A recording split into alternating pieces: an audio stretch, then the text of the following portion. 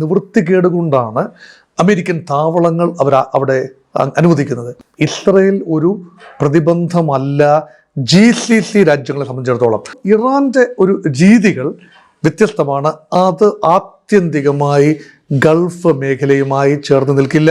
America ഈ താവളങ്ങൾ വയ്ക്കേണ്ടത് ആരുടെ ആവശ്യം? അമേരിക്കയുടെ ആവശ്യമാണ്. അമേരിക്കയുടെ മിലിറ്ററി സ്പെൻഡിങ് അല്ലെങ്കിൽ മിലിറ്ററി ഹാർഡ്വെയർ വിറ്റഴിക്കാനുള്ള മാർഗമാണ്. ഇറാൻ പൊടിഞ്ഞ് പാളീസായി കഴിഞ്ഞാൽ ഗൾഫ് രാജ്യങ്ങളെ സംബന്ധിച്ചിടത്തോളം ഒരു വലിയ ആശ്വാസമാണ്. എന്താണ് ആശ്വാസം? അമേരിക്കയുടെ താവളങ്ങൾ അവിടെ അധികം മുന്നോട്ട് പോകേണ്ടതില്ല. ചൈനയ്ക്ക് എണ്ണ കൂടി ഉണ്ടായിരുന്നു എങ്കിൽ, എണ്ണ നിക്ഷേപം കൂടി ഉണ്ടായിരുന്നെങ്കിൽ പിടിച്ചാൽ കിട്ടാത്ത ഉയരത്തിലേക്ക് ചൈന പോകുമായിരുന്നു. ഭാരതത്തിന്റെ ഭാഗ്യം, ലോകത്തിന്റെ സൗഭാഗ്യം എന്നേ ഞാൻ പറയൂ. വിദേശകാര്യ വിദഗ്ധൻ ഡോക്ടർ മോഹൻ വർഗീസ് സാർ ഒപ്പമുണ്ട്. ഡോക്ടർ മോഹൻ വർഗീസ്, സൗദി എന്തുകൊണ്ടാണ് ഇറാനെതിരെ നിലപാട് കടുപ്പിച്ചത്? അമേരിക്കയോട് അങ്ങോട്ട് ചെന്ന് യുദ്ധം അവസാനിപ്പിക്കരുത് എന്തുകൊണ്ട് എന്നീ കാര്യങ്ങൾ കഴിഞ്ഞ എപ്പിസോഡിൽ താങ്കൾ സൂചിപ്പിച്ചു. ഇവിടെ ഈ സൗദി അറേബ്യ ഇറാനെതിരെ കടുത്ത നിലപാടെടുത്തതിന് പിന്നാലെ മറ്റൊരു ചോദ്യം കൂടി പ്രധാനമായും ഉയരുന്നുണ്ടല്ലോ. അതായത് ഈ അമേരിക്കയ്ക്കും ഇസ്രായേലിനും ഒപ്പം ചേർന്ന് ഗൾഫ് രാജ്യങ്ങൾ ഇറാനെ ആക്രമിക്കാനുള്ള സാധ്യതയുണ്ടോ എന്ന്. ഒരുപക്ഷെ ഈ യുദ്ധം നീണ്ടുപോയാൽ അങ്ങനെ ഒരു സാധ്യതയുണ്ടോ? ഇറാനെ ആക്രമിക്കാൻ ഗൾഫ് രാജ്യങ്ങളും ഒപ്പം കൂടുമോ? ഉണ്ടാവില്ല എന്നാണ് പ്രാഥമികമായ അഭിപ്രായം. ഗൾഫ് രാജ്യങ്ങൾ സമാധാനം ആഗ്രഹിക്കുന്ന രാജ്യങ്ങളാണ്. സംഘർഷത്തിൽ നിന്നും മാറി നിന്നുകൊണ്ട് ഒരു സാമ്പത്തിക വികസനം, ഇത് മാത്രമാണ് ഗൾഫ്. അവർക്ക് പ്രത്യേകിച്ച് മറ്റ് അജണ്ടകളില്ല. ഒരുപക്ഷെ സൗദി അറേബ്യക്ക് ചില അജണ്ടകൾ ഉണ്ടാകും. UAEക്കോ ബഹ്റിനോ ഒന്നും തന്നെ അജണ്ടകൾ ഉണ്ടാകാൻ ഒരു സാധ്യതയുമില്ല. കുവൈത്തിന് എന്ത് അജണ്ടയാണുള്ളത്? ഓയിൽ വിൽക്കുക, സാമ്പത്തിക ക്രമീകരിച്ച് നിർത്തുക എന്നതല്ലാതെ മറ്റ് അജണ്ടകളില്ല. ഈ അജണ്ടകൾ എന്ന് പറയുന്നത് സുതാര്യമാണ് എങ്കിൽ പക്ഷം ചേർന്ന് നിന്നുകൊണ്ട്, കാരണം നിവൃത്തികേട് കൊണ്ടാണ് അമേരിക്കൻ താവളങ്ങൾ അവിടെ അനുവദിക്കുന്നത്. ഈ അമേരിക്കൻ താവളങ്ങൾ എന്തുകൊണ്ട് ഗൾഫ് മേഖലയിൽ, GCC മേഖലയിൽ അനുവദിക്കപ്പെട്ടു എന്ന് ചോദിച്ചാൽ അത് കുറച്ച് ചരിത്രത്തിലേക്ക് പോകേണ്ടി വരും. ഞാൻ കൂടുതൽ വിശദീകരിക്കില്ല, പ്രേക്ഷകർക്ക് അതറിയാവുന്നതുമാണ്. ഇസ്രായേൽ എന്ന രാജ്യം എത്ര പ്രാവശ്യമാണ് അറബ് രാജ്യങ്ങളുമായി യുദ്ധം ചെയ്തത്? എക്കാലത്തും സൗദി അറേബ്യ ആക്രമണത്തിനായി ഇസ്രായേലിനെതിരെ ഉണ്ടായിരുന്നു. പക്ഷെ കഴിഞ്ഞ ഒരു 3-4 പതിറ്റാണ്ടായി ഒരു ആക്രമണവും നടന്നിട്ടില്ല. ഇസ്രായേൽ ഒരു പ്രതിബന്ധമല്ല GCC രാജ്യങ്ങളെ സംബന്ധിച്ചിടത്തോളം, പ്രത്യേകിച്ച് സുന്നി അറബ് രാജ്യങ്ങളെ സംബന്ധിച്ചിടത്തോളം ഇസ്രായേലിൽ നിന്ന് ഇന്ന് വലിയ ഭീഷണിയൊന്നും ഉണ്ടാകുന്നില്ല. ഇസ്രായേലിലെ സാമ്രാജ്യത്വ മോഹങ്ങൾ എന്നൊക്കെ പറയുമ്പോഴും കാര്യമായ പ്രതിസന്ധി അവിടെ ഇല്ല. അതേസമയം ഇറാൻ ഒരു പ്രതിസന്ധിയാണ്. 1979 മുതൽ ഇറാൻ സ്വയം വരുത്തി വെച്ചതെന്ന് ചിലർ വിശ്വസിക്കുന്നു. അമേരിക്ക വരുത്തി വെച്ചതിൻ്റെ ബാക്കി പത്രമെന്ന് ചിലർ വിശ്വസിക്കുന്നു. സത്യമെന്ത് തന്നെ ആയിരുന്നാലും ശരി, ഇറാൻ എന്ന രാജ്യം മാറി ചിന്തിച്ചു. 1979 അമേരിക്ക അനുകൂല ഷാ ഭരണകൂടത്തെ പുറത്താക്കിക്കൊണ്ട് ഇസ്ലാമിക വിപ്ലവം എന്ന് പറയുമ്പോൾ അത് വളരെ ശ്രദ്ധിച്ച് കേൾക്കേണ്ട കാര്യമാണ്. അവിടെ ഒരു രാജഭരണം മാറി ഒരു റിപ്പബ്ലിക് വരികയാണ്. In the name of Islam religious clerics പിടിമുറുക്കിയ ഒരു റിപ്പബ്ലിക്. അതൊരു വ്യത്യസ്തമായ, അത് സിറിയയിലേതുപോലെയല്ല, തുർക്കിയിലേതുപോലെയല്ല. സിറിയയും തുർക്കിയും റിപ്പബ്ലിക്കുകളാണ്, പക്ഷേ ഇസ്ലാമിക ക്ലറിക്കുകൾ നിയന്ത്രിക്കുന്ന റിപ്പബ്ലിക്കുകളല്ല. ഈജിപ്റ്റ് റിപ്പബ്ലിക്കാണ്, പക്ഷേ ഇസ്ലാമിക ക്ലറിക്കുകൾ ഇറാനിലുള്ളതുപോലെ ഒരു സംവിധാനമല്ല. അതേസമയം GCC മേഖലയിലെ മറ്റെല്ലാ രാജ്യങ്ങളും ഒന്നുകിൽ കിങ്ഡംസ് ആണ്, അല്ലെങ്കിൽ എമിറേറ്റുകളാണ്, അല്ലെങ്കിൽ ഷെയ്ഖ്ഡമാണ്. അപ്പോൾ ഷെയ്ഖുമാർ, എമീർമാർ അല്ലെങ്കിൽ രാജാക്കന്മാർ, അവർക്ക് ഭരിക്കുന്ന സൗദിയും UAEയും ഖത്തറും ബഹ്റൈനും കുവൈത്തും അതൊക്കെ ആ ഒരു വ്യത്യസ്തമായ രീതിയാണ്. ഇറാൻ അതിൽ നിന്നെല്ലാം മാറി നിൽക്കുന്നു. അപ്പോൾ ഇറാൻ്റെ ഒരു രീതികൾ വ്യത്യസ്തമാണ്. അത് ആത്യന്തികമായി ഗൾഫ് മേഖലയുമായി ചേർന്ന് നിൽക്കില്ല. ഈ അവസരം മുതലാക്കിക്കൊണ്ടാണ്, ഇറാനെ ശത്രുവായി തന്നെ പെയിന്റ് ചെയ്തുകൊണ്ടാണ്, ഇറാനിൽ നിന്നും ആത്യന്തികമായി ഉണ്ടാകാൻ സാധ്യതയുള്ള ആക്രമണങ്ങളെ മുൻകൂട്ടി കണ്ടുകൊണ്ടാണ് അമേരിക്ക അവിടെ താവളങ്ങൾ ഉറപ്പിച്ചതും ഗൾഫ് രാജ്യങ്ങളെ പറഞ്ഞ് വിശ്വസിപ്പിച്ചതും. ഇനി ഒന്നുകൂടി ഷാർപ്പായി ഇടുന്ന ആലോചിച്ച് നോക്കൂ. അമേരിക്ക ഈ താവളങ്ങൾ വയ്ക്കേണ്ടത് ആരുടെ ആവശ്യം? അമേരിക്കയുടെ ആവശ്യമാണ്. അമേരിക്കയുടെ മിലിറ്ററി സ്പെൻഡിങ് അല്ലെങ്കിൽ മിലിറ്ററി ഹാർഡ്വെയർ വിറ്റഴിക്കാനുള്ള മാർഗമാണ്. ഗൾഫ് രാജ്യങ്ങൾക്ക് നന്നായി പണം ഈടാക്കിക്കൊണ്ടാണ് ആയുധങ്ങൾ വിൽക്കുന്നത്. അമേരിക്കൻ താവളങ്ങൾ അവിടെ നിലനിർത്തുന്നതിന് ഗൾഫ് രാജ്യങ്ങൾ വലിയൊരു തുകയാണ് ചിലവഴിക്കുന്നത്. അപ്പോൾ ഇറാൻ ഒരു ശത്രുവായി അവിടെ കാട്ടണം. ഇതാണ് അമേരിക്കയുടെ പ്ലോയ്. ഇത് ഗൾഫ് രാജ്യങ്ങൾ പതിയെ മനസ്സിലാക്കുന്നു എന്ന് വേണം കരുതാൻ. ഇപ്പോൾ ഗൾഫ് രാജ്യങ്ങളിൽ വിദ്യാഭ്യാസമുണ്ട്, കാര്യമായ ചിന്തകളുണ്ട്, തിങ്ക് ടാങ്കുകളുണ്ട്. അതുകൊണ്ടാണ് ഏറെക്കാലം ഒരു ക്രമത്തിന് അങ്ങനെ മുന്നോട്ട് പോകാനാവില്ല. ഇറാൻ പൊടിഞ്ഞ് പാളീസായി കഴിഞ്ഞാൽ ഗൾഫ് രാജ്യങ്ങളെ സംബന്ധിച്ചിടത്തോളം ഒരു വലിയ ആശ്വാസമാണ്. എന്താണ് ആശ്വാസം? അമേരിക്കയുടെ താവളങ്ങൾ അവിടെ അധികം മുന്നോട്ട് പോകേണ്ടതില്ല. അതുകൊണ്ട് അമേരിക്കൻ കരാളഹസ്തത്തിൽ നിന്നും ആ മേഖലയെ ലേശമെങ്കിലും മോചിപ്പിക്കാൻ ഒരുപക്ഷെ ഇറാന്റെ പതനം സഹായിക്കുമെന്ന് ചിന്തിക്കുന്നവരുണ്ട്. അതേസമയം അമേരിക്ക അത് അനുവദിക്കില്ല. ഇറാനെ പൂർണ്ണമായി, ഞാൻ വീണ്ടും പറയുന്നു, ഇറാനെ പൂർണ്ണമായി തകരാൻ അനുവദിക്കില്ല. ഇറാൻ പൂർണ്ണമായി തകരുന്നത്, പക്ഷേ ഇറാൻ റിഫോംഡായി ഇറാനിൽ സ്റ്റേബിളായ ഒരു ഭരണകൂടം ഉണ്ടായാൽ there can be a win win situation. Persian ഗൾഫിന്റെ വടക്കും തെക്കുമായുള്ള രാജ്യങ്ങൾ പരസ്പര സഹകരണത്തോടെ, മേഖലാ സഹകരണത്തോടെ പ്രവർത്തിച്ചാൽ ആകെ ഒരു ഇററ്റന് മാത്രമേ ഉള്ളൂ, ഇസ്രായേലിനെ അംഗീകരിച്ചുകൊണ്ട്, ഇസ്രായേലിനെ പ്രകോപിപ്പിക്കാതെ, ഇസ്രായേലുമായി മുട്ടം വെട്ടാൻ നിൽക്കാതെ. ഇസ്രായേലുമായി മുട്ടം വെട്ടാൽ ഇസ്രായേലിനെ ചൂണ്ടിക്കാട്ടിക്കൊണ്ട് അമേരിക്ക വീണ്ടും അവിടെ പിടിമുറുക്കും. ആത്യന്തികമായി ഇസ്രായേലിന് അവരുടെ പാട് നോക്കി പോകാനുള്ള അനുവാദം കൊടുത്താൽ മതിയാകും. കൂടുതൽ ചൊറിയാൻ പോകുമ്പോഴാണ് അങ്ങോട്ടും ഇങ്ങോട്ടും പ്രശ്നമുണ്ടാകും. ബാഹ്യശക്തികൾ അവിടെ കയറി ഗൾഫ് മേഖലയിൽ, പേർഷ്യൻ ഗൾഫ് മേഖലയിൽ കയറി പണിയാതിരിക്കണമെങ്കിൽ ഗൾഫ് രാജ്യങ്ങളും ഇറാനും പരസ്പരം സഹകരിക്കണം, ഏകോപനമുണ്ടാകണം. ഈ യുദ്ധം കഴിയുമ്പോൾ, ഞാൻ ആ കഴിയുമെന്നുള്ള ആത്മാർത്ഥമായ വിശ്വാസമുള്ള, പൂർണ്ണമായി വിശ്വസിക്കുന്ന, എക്കാലത്തും നിലനിൽക്കില്ല ഈ യുദ്ധം, നിലനിൽക്കാനാവില്ല. ഇത് അങ്ങനെ അടിച്ചു പിരിയില്ല. ഇത് പക്ഷേ കലങ്ങി തെളിയുമെന്ന് തന്നെ പ്രതീക്ഷയുള്ളതുകൊണ്ടാണ് പറയുന്നത്.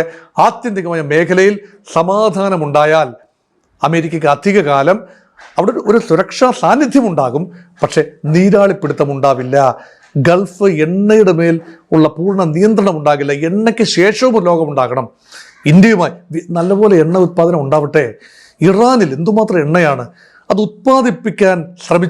ഉത്പാദിപ്പിച്ചാൽ അത് വിതരണം ചെയ്യാൻ കഴിഞ്ഞാൽ ലോക വിപണിയിലെ എണ്ണ വില കുറഞ്ഞു നിൽക്കില്ലേ? അത് ഇന്ത്യക്ക് കൂടിയല്ലേ പ്രയോജനം? ആ വഴിയിലല്ലേ ചിന്തിക്കേണ്ടത്?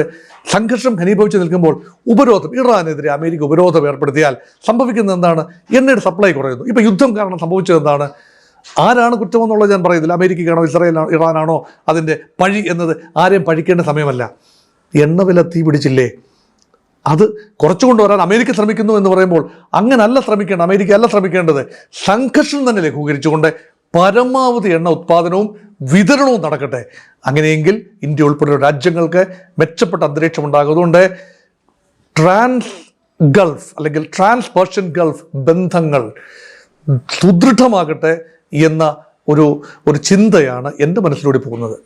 നമ്മൾ ഈ ചൈനയുടെ കാര്യങ്ങളൊക്കെ നേരത്തെ ചർച്ച ചെയ്തതാണ്. ഇവിടെ ഈ ചൈന ഇറാനെ പരോക്ഷമായി സഹായിക്കുന്നുണ്ട് എന്ന റിപ്പോർട്ടുകൾ നേരത്തെ വന്നതുമാണ്. പക്ഷേ ഇപ്പോൾ ചൈന എടുത്തിരിക്കുന്ന ഒരു നിലപാട് ചർച്ചകളിലൂടെ സംഘർഷം അവസാനിപ്പിച്ച് വെടിനിർത്തലിലേക്ക് എത്തണമെന്നാണ്. ചൈനയുടെ ഇത്തരമൊരു നിലപാട് മാറ്റത്തിന് പിന്നിൽ ഹോർമൂസ് തന്നെയാണോ? ചൈനയുടെ ഊർജ ആവശ്യത്തിൻ്റെ ഏതാണ്ട് നല്ല പങ്ക് വരുന്നത് 3 രാജ്യങ്ങളിൽ നിന്നാണ്. ചൈനയ്ക്ക് ആകെയുള്ള എണ്ണ പ്രകൃതിവാത ഇറക്കുമതി എന്ന് പറയുന്നത് മൊത്തം ആവശ്യത്തിൻ്റെ 90% ഇറക്കുമതി ചെയ്യുന്നു. അത് 3 രാജ്യങ്ങളിൽ നിന്നാണ്. 1 റഷ്യ, 2 വെനിസ്വേല, 3 ഇറാൻ. വെനിസ്വേലയിൽ നിന്ന് ഇന്ന് ഒരു തുള്ളി എണ്ണ കിട്ടില്ല. അമേരിക്കയുടെ നിയന്ത്രണമായി കഴിഞ്ഞു. അതുമാത്രമല്ല, എണ്ണപ്പാടങ്ങളൊക്കെ ഇനി ഇവന് പുനഃസജ്ജീകരിക്കണം. ഇറാൻ ഇപ്പോൾ ഉപരോധമാണ്. ഉപരോധം ഇല്ല എങ്കിൽ പോലും ഇറാന്റെ എണ്ണ വിതരണം ചൈനയിലേക്കുള്ള സുഗമമാകണമെങ്കിൽ മാസങ്ങൾ എടുക്കാൻ സാധ്യതയുണ്ട്. റഷ്യ മാത്രമാണ് ആകെ ചൈനയ്ക്ക് എണ്ണ സപ്ലൈ ചെയ്യുന്ന. എന്ത് ഉപരോധം ഉണ്ടെങ്കിലും ഇല്ലെങ്കിലും റഷ്യ ചൈന ബന്ധം സുദൃഢമായി നിന്നിട്ടുണ്ട്, നിൽക്കുകയും ചെയ്യും. അറ്റ്ലീസ്റ്റ് എണ്ണ കാര്യത്തിലെങ്കിലും കരവഴി പമ്പ് ചെയ്ത് ചൈനയിലേക്ക് റഷ്യയിൽ നിന്നും എണ്ണ കൊണ്ടുവരാൻ കഴിയും. കുറേയൊക്കെ സമുദ്രമാർഗമാണ് കൊണ്ടുവരുന്നത്. പക്ഷെ പേർഷ്യൻ ഗൾഫ് കൂടി തുറന്നെങ്കിൽ മാത്രമേ വളരാൻ ഏറെ ശക്തി, അമേരിക്കയെ മറികടക്കാൻ ആഗ്രഹിക്കുന്ന ചൈനയുടെ ഉത്പാദനക്ഷമത നിലനിർത്താനാവൂ. China is a manufacturing hub of the world. ലോകത്ത് ഏറ്റവും അധികം ഉൽപ്പന്നങ്ങൾ മാനുഫാക്ചർ ചെയ്യുന്ന ഹബ്ബാണ് ചൈന. അതിന് ഊർജം വേണം. ചൈനയ്ക്ക് എണ്ണ കൂടി ഉണ്ടായിരുന്നു എങ്കിൽ, എണ്ണ നിക്ഷേപം കൂടി ഉണ്ടായിരുന്നെങ്കിൽ പിടിച്ചാൽ കിട്ടാത്ത ഉയരത്തിലേക്ക് ചൈന പോകുമായിരുന്നു. ഭാരതത്തിൻ്റെ ഭാഗ്യം, ലോകത്തിൻ്റെ സൗഭാഗ്യം എന്നേ ഞാൻ പറയൂ. അതുകൊണ്ട് ഈ എറിയാൻ അറിയാവുന്നവൻ്റെ കയ്യിൽ തമ്പുരാൻ വടി കൊടുക്കില്ല എന്ന് പറയാറുണ്ടല്ലോ. അതുപോലെ ചൈനയ്ക്ക് എല്ലാം കൂടി അങ്ങ് അനുഗ്രഹിച്ച് തമ്പുരാൻ നൽകിയിട്ടില്ല എന്ന് വേണം കരുതാൻ. അതുകൊണ്ട് ചൈന സാകൂതം ശ്രദ്ധിക്കുകയാണ്. ഇറാനിൽ നിന്നും എണ്ണ വേണം, അതിന് സംഘർഷം അവസാനിക്കണം, സംഘർഷം യുദ്ധത്തിലൂടെ മാത്രമേ അവസാനിക്കൂ എന്ന ചിന്ത ചൈനയ്ക്കില്ല. ചൈനയ്ക്ക് വളരെ പ്രായോഗികമായ ഒരു ചിന്തയാണുള്ളത്. സമാധാന പ്രക്രിയയിൽ ഇപ്പോൾ മാറി നിൽക്കുന്ന റഷ്യയും ചൈനയും നാളുകളിൽ രംഗത്ത് വരേണ്ടി വരും. ഇറാൻ യുദ്ധം അവസാനിപ്പിക്കണമെങ്കിൽ ഇറാന് കൂടി സ്വീകാര്യമാകുന്ന ഒരു ഫോർമുല വേണം. ഇപ്പൊ പാകിസ്ഥാൻ മധ്യസ്ഥത വഹിക്കുന്നു എന്നാണ് പറയുന്നത്. പാകിസ്ഥാൻ എന്ത് ക്രെഡിബിലിറ്റിയാണുള്ളത്? ഇറാനുമായി അതിന് മാത്രമുള്ള ബന്ധമുണ്ടോ? ഇറാനുമായി ഇണങ്ങി പിണങ്ങി നിൽക്കുന്ന രാജ്യമാണ് Pakistan. Saudi Arabia military pact ഉണ്ട് എന്നത് ശരിയാണ്. അതുമാത്രമല്ല, പാകിസ്ഥാന് ഇസ്രായേൽ ഒരിക്കലും അംഗീകരിക്കില്ല, പാകിസ്ഥാൻ നയതന്ത്ര മധ്യസ്ഥത അംഗീകരിക്കില്ല. അപ്പോൾ ഇറാന് നമ്പാനാവുന്നത് 5 രാജ്യങ്ങളെയാണ്. ഈ 5 രാജ്യങ്ങളുമായും ഇറാൻ ബന്ധപ്പെട്ടു കഴിഞ്ഞ ദിവസങ്ങളിൽ. എന്നിട്ട് പറഞ്ഞു, നിങ്ങളുടെ കപ്പലുകൾക്ക് ഹോർമൂസ് കടലിടുക്ക് കടന്നു വരാം, എണ്ണ കൊണ്ടുപോകാം, കാര്യങ്ങൾ അവിടെ എത്തിക്കാം, ഞങ്ങൾ എതിർക്കില്ല. ഈ 5 രാജ്യങ്ങൾ എണ്ണി പറയുന്നു. വളരെ ശ്രദ്ധിച്ച് കേൾക്കണം. 5നെ കുറിച്ച് പ്രത്യേകതകളുണ്ട്. റഷ്യ, ചൈന, ഇന്ത്യ, ഇറാഖ്, ഈ രാജ്യങ്ങളാണ് ഈ 4 രാജ്യങ്ങൾ. അതോടൊപ്പം തന്നെ തൊട്ടടുത്തുള്ള തുർക്കി, അങ്ങനെയുള്ള രാജ്യങ്ങളുമായും യാതൊരു ബുദ്ധിമുട്ടുമില്ല. അപ്പം ഈ പാകിസ്ഥാനും അതിനോടൊപ്പം ചേർത്തിരിക്കുകയാണ്. അപ്പം ഇറാന് പാകിസ്ഥാനെ കളയാനാവില്ലല്ലോ, തൊട്ടടുത്ത രാജ്യമാണ്, മധ്യസ്ഥതയ്ക്ക് വേണ്ടി ശ്രമിക്കുന്നു. ഒരു പാലം അവിടെ ഇടുകയാണ് ഇറാൻ. അപ്പം ഇന്ത്യയും പാകിസ്ഥാനെയും ബ്രാക്കറ്റ് ചെയ്തെടുത്തിരിക്കുന്നു.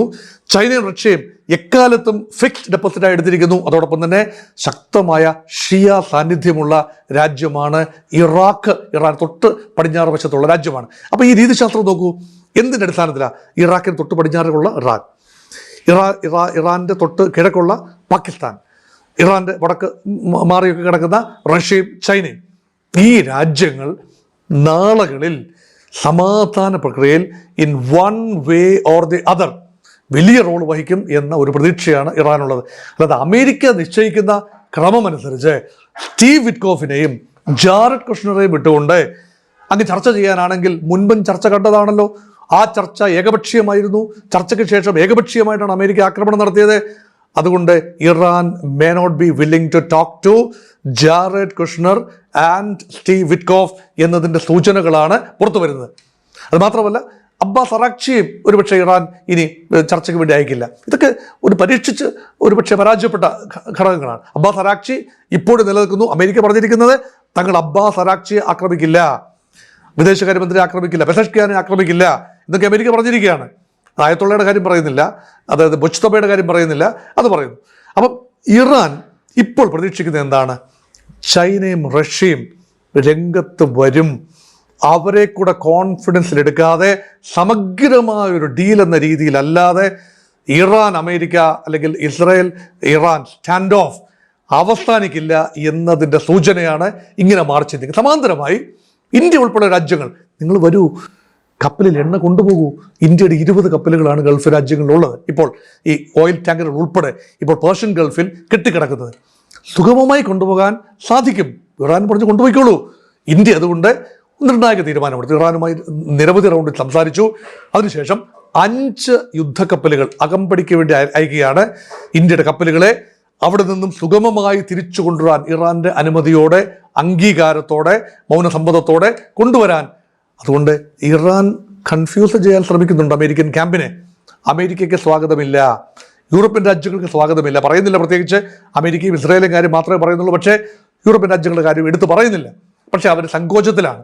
അതേസമയം Chinese, Russian, Iraqi, Indian and Pakistani കപ്പലുകൾക്ക് സുഗമമായി കടന്നു പോകാം. അതുകൊണ്ട് ഇതൊരു വലിയ ആശയക്കുഴപ്പത്തിൻ്റെ വിത്തുകളാണ്.